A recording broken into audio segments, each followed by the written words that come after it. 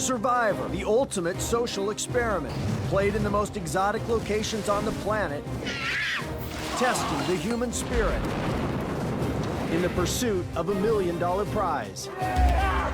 Perhaps you've never watched Survivor before, or perhaps you're just interested in getting a friend or family member or significant other invested in the show as much as you are. Well, this might be the video for you. Ladies and gents, my name's Peridiam, and with this video, I want to give you guys my top 5 recommended seasons of Survivor to watch for beginners so that you can see all of what this show might have to offer if you're entering the series with fresh eyes. Because like every other fan out there, I was once there too, and I kinda wish I had people recommending me seasons because Survivor is a show with just so much content, and it's very, very easy to get lost in a jiffy and wind up exasperated and disinterested and just ready to call it quits. But quickly, before I get to the top 5, I just want to say that when it comes to recommending a season for the first time watcher, there are a few basic rules I adhere to. The first is no returning player seasons. A lot of the returning player seasons are really good, but you absolutely miss out on the context if you haven't seen the original season. Second, I try to aim for seasons that have a stronger narrative overall that will leave the first time watcher satisfied with the conclusion. One of my favorite quotes is from one of my favorite movies where it talks about this. Wow them in the end. You got hit. You can have flaws, problems, but wow them in the end. And you've got a hit. Find an ending. But don't cheat. And don't you dare bring in a Deus Ex Machina.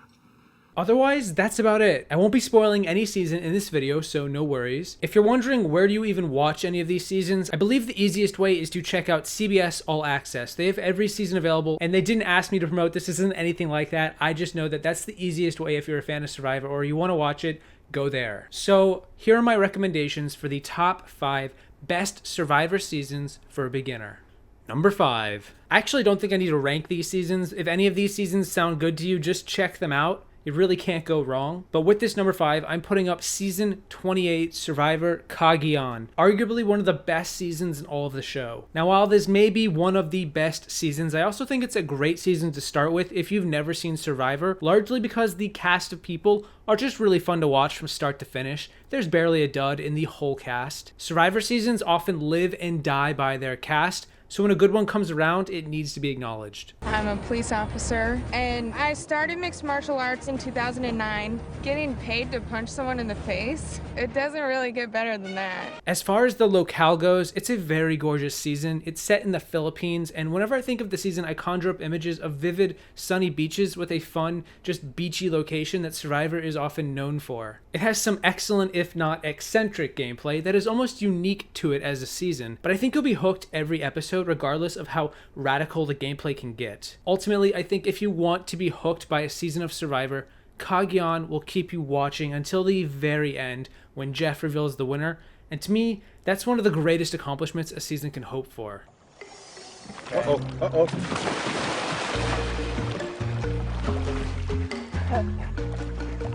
You alright?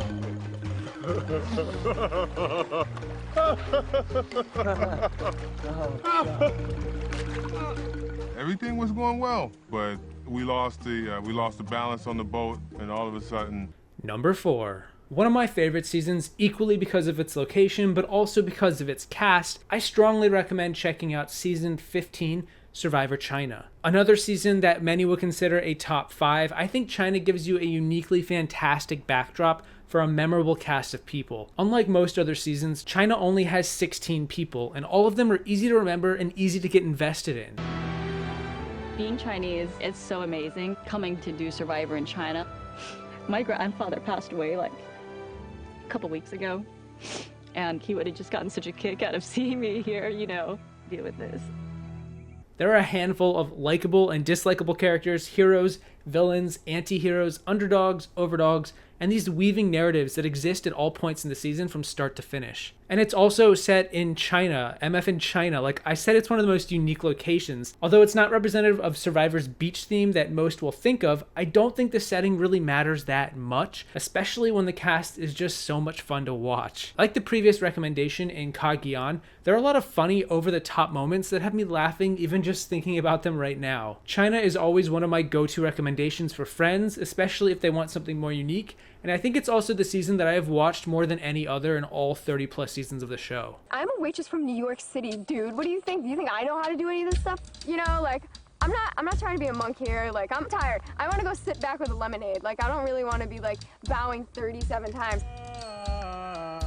And we bowed for, like, days. I swear to God, we were there forever. Number 3. So I absolutely needed one of the more recent seasons on this list, and there is one that I believe fits this bill more than ever. The season in question is Season 33, Survivor, Millennials vs. Generation X. Okay, now pardon the name of the season. Yes, it's a little bit hokey, but I promise you this season is worth watching if it's your first go. Season 33 didn't happen too long ago, which is partially why it's so important to be here. It's perhaps the best season to watch for a first timer because it'll give you one of the best examples of what current modern day Survivor looks like. 2 generations with 2 very different approaches to life. They'll be abandoned and left to fend for themselves. They must learn to adapt or they'll be voted out.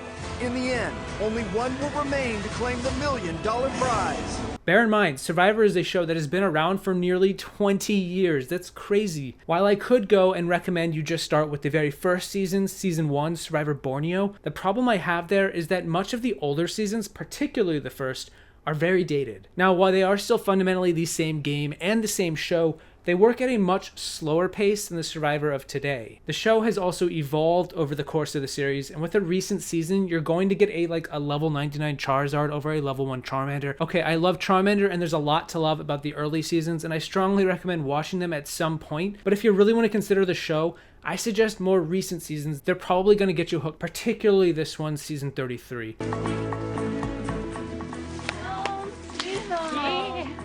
Walking up to beach and seeing that tribe flag, everybody's so excited, everybody's really happy to get to know each other, and we're gonna prove a lot of people wrong about their misconceptions about millennials. To me, Millennials vs. Generation X is possibly the most likable cast in the history of the show. There really aren't any villains in the cast, which some could say is a bad thing, but I think it lends itself well to watching for the first time, because nobody is really going to put you off or make you disinterested. I also think it has some of the most exciting series of episodes once you reach the halfway point, and while I do think the opening is a little bit slow after a few episodes, I really do think MVGX has everything you'd want out of a modern season of the show without needing to bring back returning players. I also just want to say I think it is arguably one of the best endings of any season. Number 2.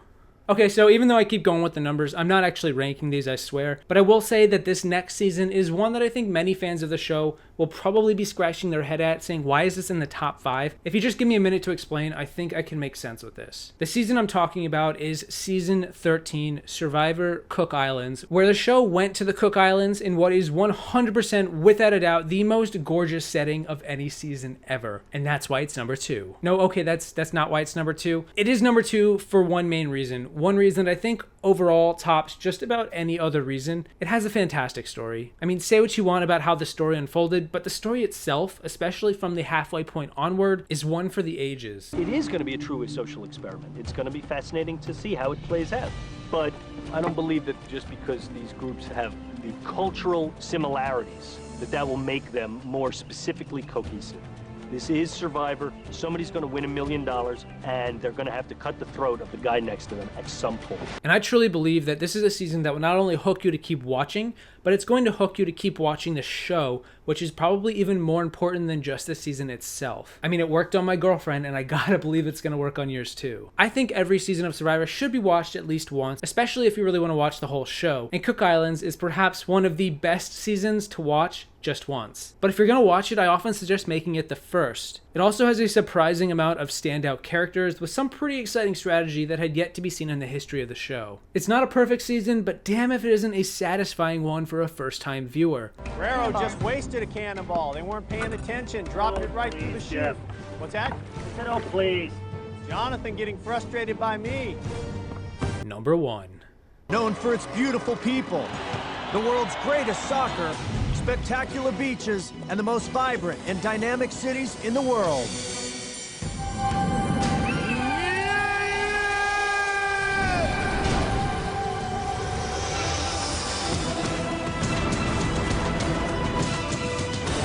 And And now we have number 1. Other than Cook Islands, the previous recommendation, I can say that Season 18, Survivor Tocantins, is likely my most tried and tested, this should hook you as a first-time watcher kind of season. And again, the main reason is because of its story and its conclusion, though I think it's equally as exciting every step of the way. Survivor Tocantins is one of the strongest casts in over 30 seasons, and it's also one of the most basic yet kind of modern seasons too. But what I love about it is that it sort of separates itself from all the other seasons around it. It's only 16 players, there aren't any crazy twists. It's just a good, solid, basic season in this really cool, vastly different location set in the highlands of Brazil. And like I said earlier, one of the most powerful reasons for these seasons being on this list is their story, and Survivor Tocantins has one of the best stories of any season. It's also the first season that got me back into Survivor, so if for nothing else, you have that added bit of knowledge. And look at where I am today. 10 paces, you'll walk toward the lone palm tree.